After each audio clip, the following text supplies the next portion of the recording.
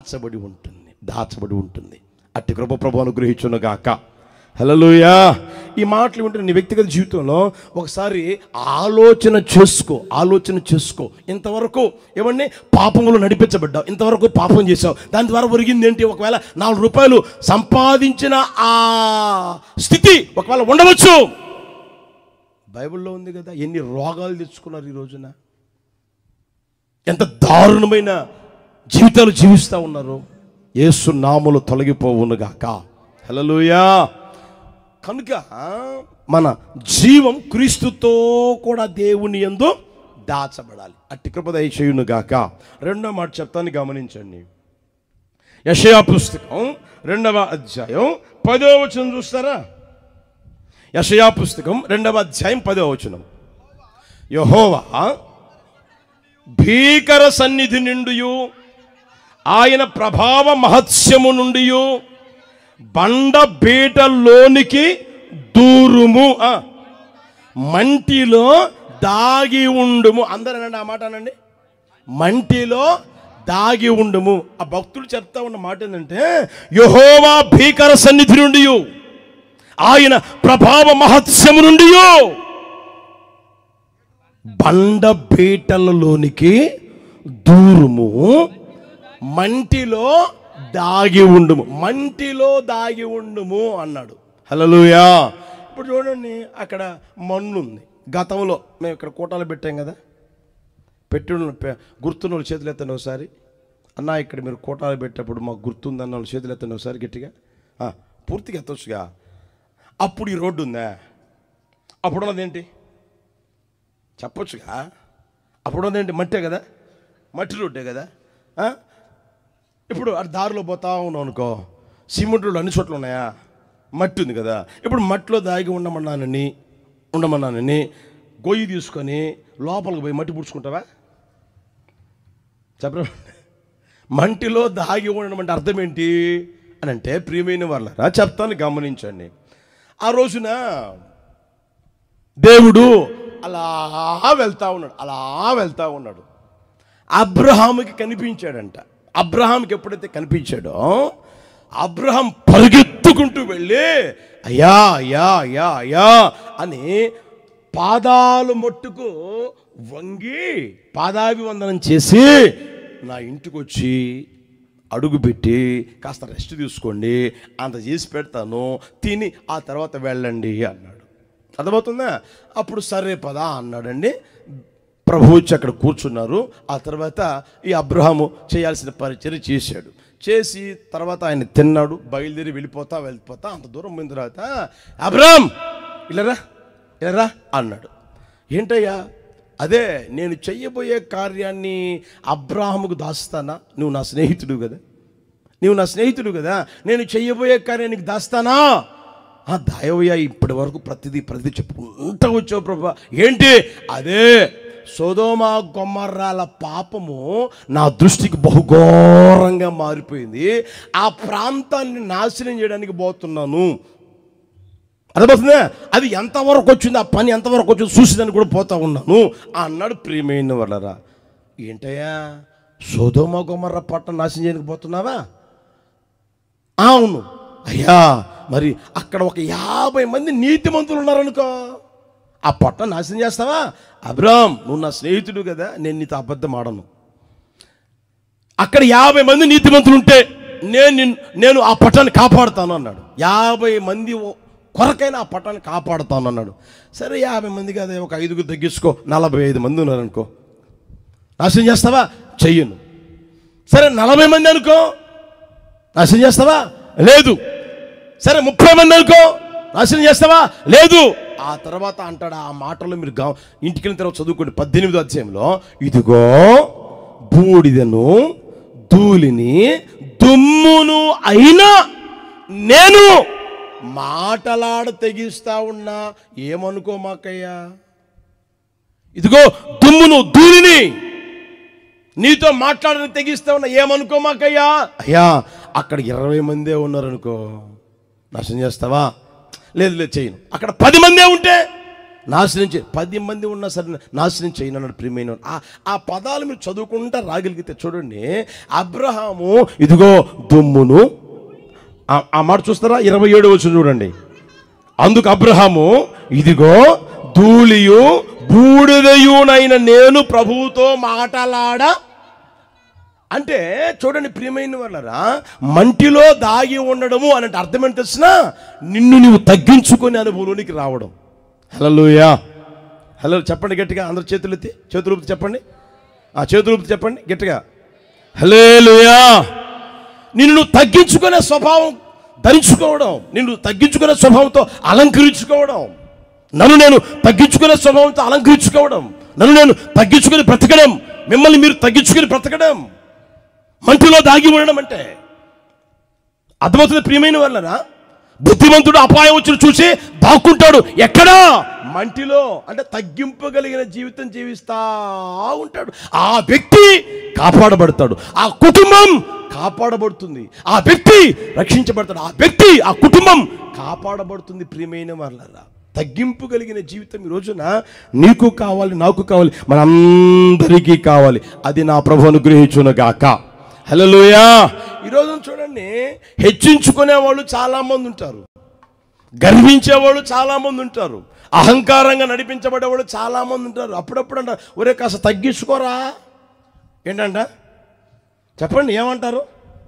ఒరే కాస్త తగ్గించుకోరా అంటారా, కాస్త హెచ్చించుకోరా అంటారా? చెప్పరేమండి. నీ కుమారుని చూసైనా, నీ కుమార్తెను చూసినా, లేదా కోడలి పిల్లని చూసైనా, లేదా మామగారిని చూసైనా, లేదా అల్లుడు గారిని ఎవరైనా చూసి కొంచెం తగ్గించుకోనైనా, కొంచెం తగ్గించుకోనైనా, కొంచెం తగ్గించుకోనైనా అంటారా? కొంచెం హెచ్చించుకోనైనా, కొంచెం హెచ్చించుకోనైనా అంటారా? ఎవరైనా సరే అనేవాళ్ళు ఎలా అంటారని తెలిసినా, కొంచెం తగ్గించుకోరా, ఏమైందిలే తగ్గించుకోరా, ఏమైందిలే తగ్గించుకోరా. నేను ఎందుకు తగ్గించుకోవాలి? వాళ్ళు తగ్గించుకుంటున్నారా? ఎప్పుడు నేను తగ్గాలా? ఏమైంది లేరా తగ్గించుకోరా, దేవుడు చూసుకురా, తగ్గించుకోలేరా అని అంటా ఉంటారు. ప్రియమైన అర్థమవుతుందా? ఈ రోజున చాలామంది జీవితాలు గమనిస్తే తను హెచ్చించుకొని తను ఏమంటే అహంకారపూరితంగా నడిపించబడుతూ జీవితాలు పాడైన వాళ్ళు ఎంతమంది లేరు? కుటుంబాన్ని పాడు చేసుకుని ఎంతమంది లేరు? చుట్టుకొకరు పుట్టకొకరు ఎంతమంది లేరు? భర్త ఒక చోట ఉంటే, భార్య ఒక చోట ఉంటే, ఏమండి కన్న పిల్లలు మరొక చోట ఉంటాం. దానికి కారణం ఏంటి తెలిసినా, భర్త తగ్గించుకోడు, భార్య తగ్గించుకోదు, ఇంట్లో ఉన్న ఆ పెద్దలు తగ్గించుకోరు. ఒరే ఏమైనా ఆ కోడలి పిల్లకి మంచి మాటలు చెప్తారా? కూతురికి ఏమైనా మంచి మాటలు చెప్తారా? కాపురాన్ని ఏమైనా కడతారా? ఆ కుటుంబాన్ని ఏమైనా కడతారా అని అంటే కట్టే స్వభావం ఉండదు, కానీ విడదీసే స్వభావం ఉండదు. నువ్వెందుకు తగ్గించుకోవాలరా? ఆడదానికే అంత గర్వమైతే మగోడివిరా నువ్వెందుకు తగ్గించుకోవాలా అనేవాళ్ళు ఉన్నారా లేరా? అర్థమవుతుంది ప్రియమైన వాళ్ళరా. ఈ రోజున నీ కుటుంబం బాగుపడును గాక, నీ జీవితం బాగుపడును గాక, నీ ప్రాంతం బాగుపడును గాక, ఈ ప్రాంతంలో ఉన్న ప్రతి ఒక్కరూ బాగుపడుదురు గాక. నీ వ్యక్తిగత జీవితంలో నువ్వు ఎంతగైతే తగ్గించుకునే స్వభావం నీకు ఉంటుందో అంతగా నా యేసయ్య హెచ్చించును గాక, అంతగా నా యేసయ్య గణపరచును గాక, అంతగా నా యేసయ్య దీవించును గాక, అంతగా నా యేసయ్య నిన్ను ఉన్నతమైన స్థితిలో నీకు తీసుకుని వచ్చును గాక. నువ్వు చేయవలసిందని తెలిసినా తగ్గించుకునే స్వభావం నువ్వు కలిగి ఉండగలగాలి. నీ ఎంత చదువు చదివినా ప్రియమైన వాళ్ళరా, అర్థమవుతుందా? ఎంత ఉద్యోగం చేస్తున్నా, ఎంత సంపాదించినా, ఎంత ఆస్తి ఉన్నా, ఎంత పేరు ప్రఖ్యాతులు ఉన్నా, ఎంత రాణించే ఆ స్థితిలో ఉన్నా, ఏ విషయంలో నువ్వు రాణించగలిగిన వ్యక్తివిగా ఉన్నా, అందరి నోడలు నానుతున్న వ్యక్తివిగా ఉన్నా సరే నువ్వేం చేయాలి తెలుసునా? నిన్ను నువ్వు తగ్గించుకుందువు గాక. హల్లెలూయా. మనం ఆరాధన చేస్తున్న యేసయ్య ఎవరు తెలుసునా? దేవాతి దేవుడు, రాజాతి రాజు ఆయన. హల్లెలూయా. ఆయన రాజాతి రాజు అయ్యుండి, దేవాతి దేవుడయ్యుండి ఎలా వచ్చాడంటే ఈ లోకానికి సాత్వికుడిగా వచ్చాడు. హల్లెలూయా. తగ్గించుకొని వచ్చాడు. ఎంతగా తగ్గించుకున్నాడు తెలిసినా? మనుష్యుల పోలికగా పుట్టాడు, దాసుని స్వరూపాన్ని ధరించుకున్నాడు, శిలువ మరణం పొందినంతగా తన్ను తానే రిక్తునిగా చేసుకున్నాడు, తను తగ్గించుకున్నాడు. ప్రియమైన వాళ్ళరా, అర్థమవుతుందా? మనం ఆరాధన చేస్తున్న నజరేయుడిని యేసయ్య, మనం స్తుతిస్తున్న నజరేయుడిని యేసయ్య, మనం పూజిస్తున్న నజరేయుడిని యేసయ్య. ఆయనకై ఆయనే తన్ను తాను తగ్గించుకుని ఈ లోకానికి వస్తే ఆయన బిడ్డలంగా నడిపించబడుతున్న మనం, ఆయన ద్వారా రక్షణ పొందిన మనం, ఆయన ద్వారా హెచ్చించబడుతున్న మనం, ఆయన ద్వారా ఘనపరచబడుతున్న మనం, ఆయన ద్వారా ఆశీర్వదించబడుతున్న మనం, ఆయన ద్వారా దీవించబడుతున్న మనం ఎలా ఉండగలగాలండి? ఇంకెంతగా తగ్గించుకోవాలండి? ఒకసారి గుర్తెరుగుదురు గాక. హల్లెలూయా. నిన్ను ప్రేమిస్తున్న నజరేయుడని యేసయ్య నీతో చెప్తున్న మాట ఏంది అంటే, నీవు బుద్ధిమంతుడు అయితే ఏం చేస్తావు అంటే అపాయం వచ్చుడు చూచి దాక్కుంటావు. ఎక్కడయ్యా అంటే మంటిలో దాగుకొందువు గాక. హల్లెలూయా. తగ్గింపు జీవితం కలిగి జీవించుదువు గాక. నువ్వు ఎంతగైనా తగ్గించుకునేదానికి ప్రయత్నించు. అది కష్టం, అర్థమవుతుందా? అది చాలా కష్టతరమైనది. అయినా సరే ప్రభు అంటాడు తగ్గించుకో. హల్లెలూయా. ఇప్పుడు చూడండి, భర్త ఒక మాట చెప్పాడు, భార్య ఏం చేయాలి చెప్పలేబండి? వినాలా లేదా? నీ మాట నేనేంది వినేది అని అన్నదానికి ఒకవేళ ఏమవుతుంది? మూతిపళ్ళు రాలగొడతాడు, అవునా కదా? ఒకవేళ అంతకంటే ఇంకా అర్థమవుతుందా? ఈరోజు చేసే పని ఏంది? ఆ మూలలో ఒకటి ఉంటుంది, ఏంటది? ముళ్ళుగర్ర, అవునా కదా? లేకపోతే ఆ మూలలోనే ఒకటి రోకల బండ ఉంటుంది, అవునా కదా? చెప్పిన రోజులు చెప్తాడు. ఆ తర్వాత ఏం చేస్తాడు? ముళ్ళుగర్రకు పని చెప్తాడు. లేకపోతే రోకలే బండేనాది, దానికి పని చెప్తాడు. దానికి పని చెప్పేటట్లుగా చేసింది ఎవరు? చెప్పలేబండి. ఇప్పుడేమో పెద్ద ముసుగేసుకొని పెద్ద బైబిల్ సంకలపటికి బ్రహ్మాండం ఉచ్చుకొస్తున్నారు. నా దగ్గర అంత భక్తి ఉంది అన్నట్లుగా, అసలు నాకేమీ తెలియదు అన్నట్లుగా నోట్లో వెళ్ళిపెట్టా, అస్సలు నాకు తెలియదండి, కొరకలేనండి అన్నట్లుగా చూస్తున్నారు, అవునా కదా? కాస్త తగ్గించుకోవచ్చు కదా, కుటుంబం బాగుపడుతుంది కదా, కుటుంబం దీవించబడుతుంది కదా, సమాధానకరంగా ఉంటుంది కదా, దీవెనకరంగా ఉంటుంది కదా. ఆరాధించేదేమో నజరేయుడిని యేసయ్యని, స్తుతించేదేమో నజరేయుడిన యేసయ్యని, వచ్చేదేమో చర్చికి, వచ్చేదేమో సభలకి, వినేదేమో దేవుని వాక్యం. మరి వాక్యానుసారమైన జీవితం ఎప్పుడు జీవించేది? ఎంతకాలంగా దేవుని వాక్యాన్ని వింటున్నావు? వాక్యానికి ఏమైనా నీ జీవితంలో విలువగలుగుతున్నావా? వాక్యానికి నీ జీవితంలో చోటు ఇవ్వగలుగుతున్నావా? నువ్వు ఆరాధన చేస్తున్న యేసు, నువ్వు స్తుతిస్తున్న యేసు, నువ్వు కనపరుస్తున్న యేసు, నువ్వు చప్పట్లు కొడుతున్న యేసు ఎవరయ్యా అంటే తన్ను తాను తగ్గించుకున్నాడు. ఎంతకయ్యా అంటే మనుష్యుల పోలికగా పుట్టాడండి. ఒకసారి గుర్తిరుగు సహోదరుడా, సహోదరి. హల్లెలూయా. దాసుని స్వరూపం ధరించుకున్నారండి. హల్లెలూయా. ఆయన స్థితి ఏంటి? రాజాతి రాజు. అర్థమవుతుందా?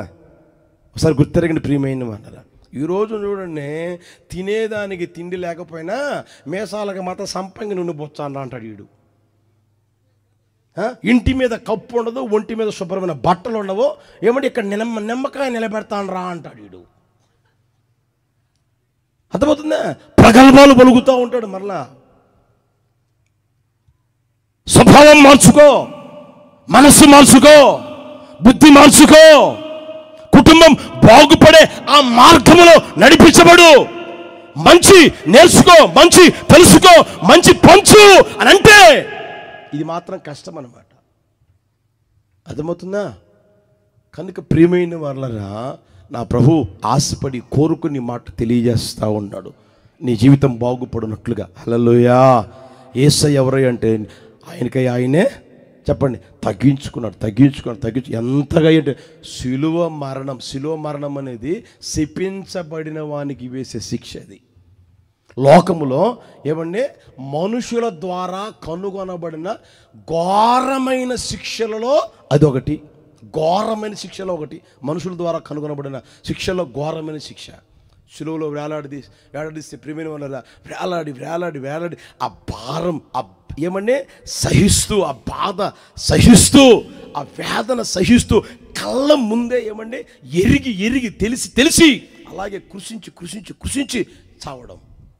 ఎంత దారుణము గమనించిన ప్రియమైన వాళ్ళ. ఎందుకు తగ్గించుకున్నాడు తెలిసినా? నీ కోసం, నా కోసం. హల్లెలూయా. హల్లెలూయా. నన్ను సంపాదించుకునేదానికి, నిన్ను సంపాదించుకునేదానికి, ఈ లోకంలో నశించిపోతున్న మానవాళిని ఆయన చెంతకు చేర్చుకునేదానికి ఆయనకై ఆయన తగ్గించుకున్నాడు. ప్రియమైన వాళ్ళారా, రోజున నీవు తగ్గించుకునేదానికి ఏమైంది? నీ భర్తే కదా, తగ్గించుకోవచ్చు కదా. నీ భార్య కదా, తగ్గించుకోవచ్చు కదా. నీ తల్లే కదా, నీ తండ్రి కదా, తగ్గించుకోవచ్చు కదా. ఆ మాట, భర్త మాట చెప్తే ఏమన్నా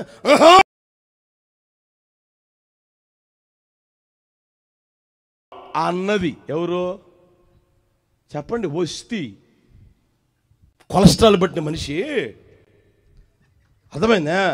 ఎవరు పిలిచింది? ఎవరు చెప్పొచ్చుగా? ఎవరు పిలిచింది? ఎవరు? భర్త, కట్టుకున్న భర్త. ఆయన ఇంట్లో ఉంటా, ఆయన ప్యాలెస్లో ఉంటా, ఆయనది తింటా, ఆయనది కట్టుకుంటా, ఏమంటే ఆయన దాంతోనే విందు చేస్తుంది పక్కలో. రాజుగారు ఏమో అందరికీ విందు చేస్తూ ఉంటే రాని ఎక్కడ ఉండాలి? చెప్పచ్చుగా? మీ ఇంట్లో విందు జరుగుతూ ఉందండి, మీ ఆయన అందరినీ పిలిచి విందు చేస్తూ ఉన్నారు, నువ్వెక్కడుంటావు? అక్కడే ఉంటావు, ఉండవా? మళ్ళీ నీ ఫ్రెండ్స్ని పిలిచి పక్కన విందు చేస్తావా? ఆ కొలెస్ట్రాల్ బట్టి మనిషి ఏం చేసింది తెలిసినా? పక్కలో విందు చేసింది. మీరు చూడండి, కావాలి బైబిల్ చదవండి కావాలంటే. రాణి అయిన వస్తీ కూడా కోటలో, ఆ కోటలోనే ఉంది, ఆ ఇంట్లోనే ఉంది, ఆ ఇంట్లోనే ఉండే. ఏమన్నా ఆమె మళ్ళీ సపరేట్గా ఒక విందు చేసి సపరేట్ పార్టీ పెట్టింది. ఈ రోజులు లేరా? ఉన్నదేమో ఒకే మందిరం, ఎన్ని పార్టీలు ఉంటాయి? అర్థమైందా? ఆ చర్చిలోనే ఉంటావు, ఆ ఇంట్లోనే ఉంటావు, మన పార్టీ తనకి నచ్చిన వాళ్ళకి, తనకి మెచ్చిన వాళ్ళకి పార్టీ చేస్తా ఉంటే, రే అబ్బాయి పిలుచుకురాపో, నా భార్యని పిలుచుకురాపో, నా భార్యని చూపిస్తా, అందరికి చూపిస్తా అంటే ఆ మనిషి ఆ తాగుబోతుని పిలిచి నేను రావాలా అన్నది ఆ మనిషి. అదే తాగుబోతుని ఎందుకు కట్టుకున్నది? కట్టుకున్నది ఎవరు చెప్పండి? ఆ మనిషే కదా, అవునా కదా? ముందు తెలీదా తాగుబోతుడని? తెలుసా తెలీదా? తెలిసే కదా కట్టుకున్నది. రమ్మన్నప్పుడు రావాలి కదా, రాకుండా అక్కడే ఉన్నా ఆ తర్వాత అదేదంటారే సీటు చినిగిపోయింది. ఆమె సింహాసనము కాస్త ఊడిపోయింది, ఆ కొంపలో పడింది, ఆ కోటలో పడింది, పూటకు అంత తింటా ఉంది, ఏమంటే కట్టుకుంటా ఉంది, తిరుగుతా ఉంది. ఇంకంతే. అధికారం లేదు, రాణి అనే ఆ హోదా లేదు, ఎవడు గౌరవించడంలే, ఎవడు మర్యాద ఇవ్వడంలే, ఎవడు ఆ మనిషిని పట్టించుకోవడం కూడా పట్టించుకోవట్లే. గతంలో ఉన్న మహిమ, గతంలో ఉన్న ఆధిక్యత, గతంలో ఉన్న ఘనత, గతంలో ఉన్న గౌరవం, గతంలో ఉన్న మర్యాద, సమస్తం ఒక్కొక్కటి అన్నీ పోగొట్టుకున్నది. అయితే ఎందుకు పనికి రాకుండా ఏమండి తల్లిదండ్రులు చనిపోతే ఒకని చెంత ఏమండి ఆమె పెరుగుతా ఉంది పెద్దదైతే ఆమెను తీసుకుని చక్క కోటలో పెడితే ఏమంటే రాజుగారి దగ్గరికి పోయే రోజు ఆసన్నమైతే రాజుగారి దగ్గరికి పోయిన వెంటనే దండం చూపించాడంట. ఎస్ఐకి మహిమ కలుగును గాక. హల్లెలూయా. ఆ తర్వాత ప్రియమైన వాళ్ళనా ఆమె రాణిగా తీర్చిదిద్దబడింది. ఎక్కడో పుట్టిన మనిషి, ఎక్కడో పెరిగిన మనిషి, ఏ అర్హత లేదు, ఏ ఆధిక్యత లేదు, ఏ యోగ్యత లేదు, అయినా సరే ఆమెలో ఉన్న ఆ తగ్గింపు స్వభావం, తాను తగ్గించుకున్న ఆ స్వభావం ఆమెను ఏం చేసి తెలిసిన రాజ్యాన్ని పరిపాలన చేసే రాణిగా తీర్చిదిద్దింది. యేసయ్యకి మహిమ కలుగును గాక. హల్లెలూయా. ఈమెమో ఉన్నదాన్ని పోగొట్టుకుంటే ఈమెమో లేనిదాన్ని తెచ్చుకున్నది. అర్థమవుతుందా? ఈ రోజున ఆశీర్వాదం దేవుడు అనుగ్రహిస్తే అది పోగొట్టుకునే వాళ్ళు చాలా మంది ఉన్నారు. ఎందుకు తెలిసిన?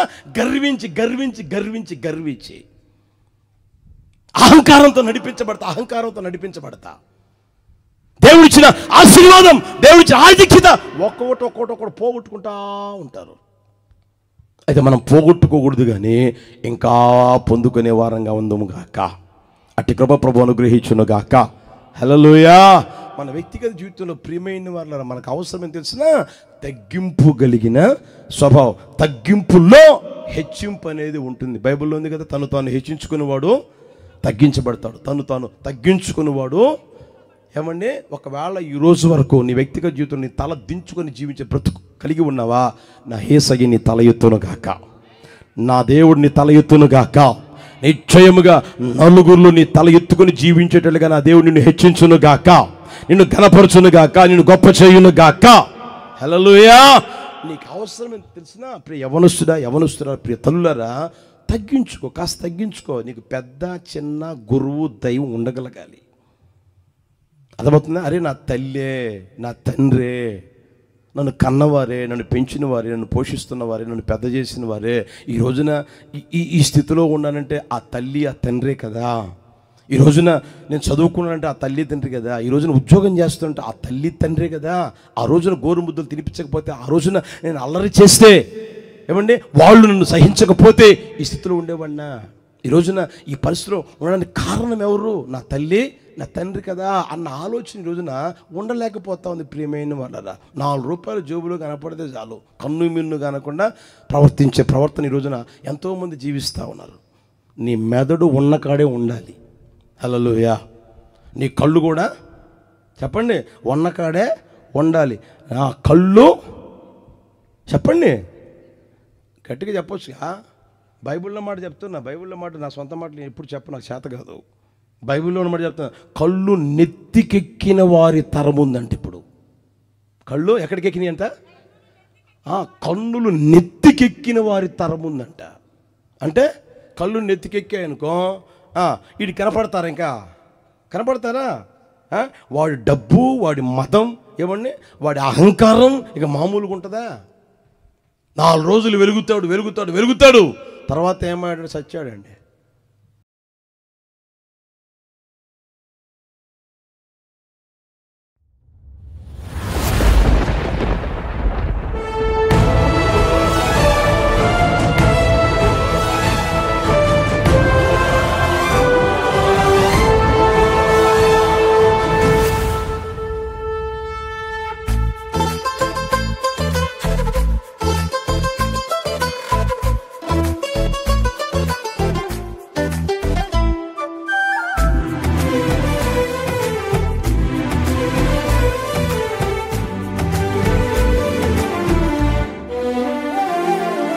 గగనము చీల్చుకుని గనులను తీసుకుని నన్ను కొనిపోవరానయ్యున్న ప్రాణప్రియుడా యేసయ్యా.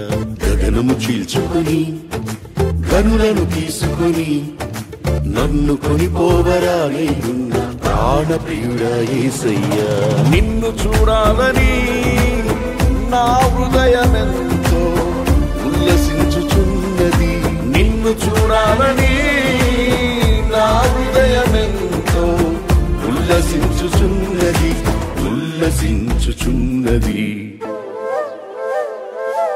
గగనము చీల్చుకుని గనులను తీసుకుని నన్ను కొనిపోవరానయ్యున్న ప్రాణప్రియుడా యేసయ్యా.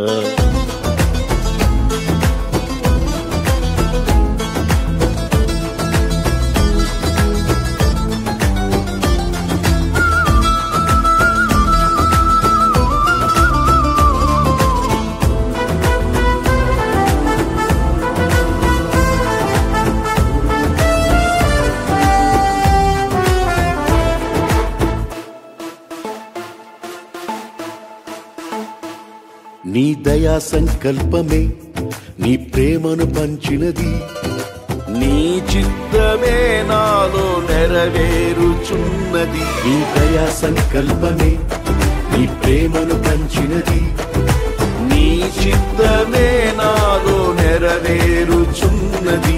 పవిత్రురాలైన కన్యకగా నీ ఎదుట నేను నిలిచెదను, పవిత్రురాలైన కన్యకగా నీ ఎదుట నేను నిలిచెదను. నీ కౌగిలిలో నేను విశ్రమింతును, నీ కౌగిలిలో నేను విశ్రమింతును. గగనము చీల్చుకొని కనులను తీసుకొని నన్ను కొనిపోవరానయ్యున్న ప్రాణప్రియుడా యేసయ్యా.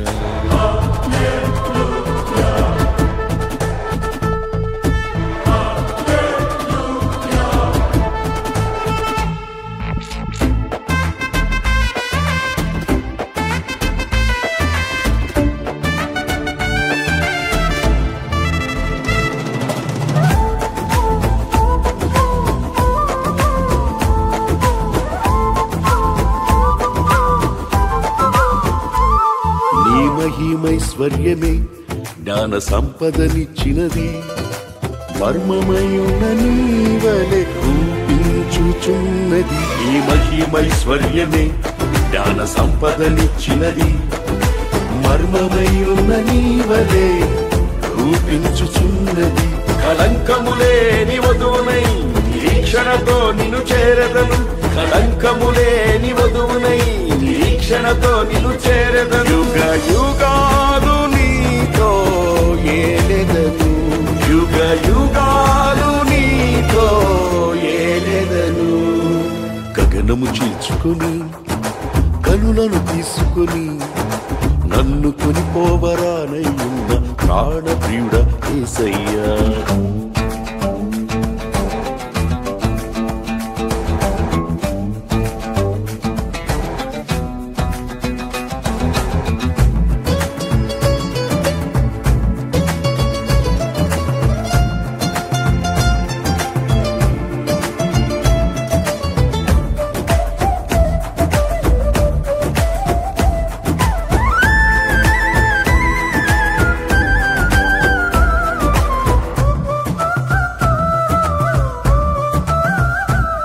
నీ కృపాబాహుళ్యమే ఐశ్వర్యమునిచ్చినది.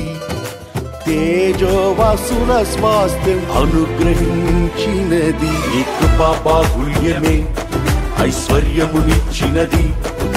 తేజోవాసుల స్వాస్థ్యం అనుగ్రహించినది. అక్షయమైన దేహముతో అనాది ప్రణాళికతో, అక్షయమైన దేహముతో అనాది ప్రణాళికతో సియోనులో నీతో నేనుందును. సియోనులో నీతో నేనుందును. గగనము చీల్చుకొని కనులను తీసుకొని నన్ను కొనిపోవరానయ్యున్న ప్రాణప్రియుడ యేసయ్యా. గగనము చీల్చుకొని కనులను తీసుకొని నన్ను కొనిపోవరానయ్యున్న ప్రాణప్రియుడ యేసయ్యా. నిన్ను చూడాలని నా హృదయమెంతో ఉల్లసించుచున్నది. నిన్ను చూడాలని నా హృదయమెంతో ఉల్లసించుచున్నది. ఉల్లసించుచున్నది. నిన్ను చూడాలని, నిన్ను చూడాలని, నిన్ను చేరాలని. యేసయ్యా చూడాలని, యేసయ్యా చూడాలని, యేసయ్యా యేసయ్యా నిన్ను చూడాలని, నా ప్రాణ ప్రియుడా, నా ప్రాణ ప్రియుడా.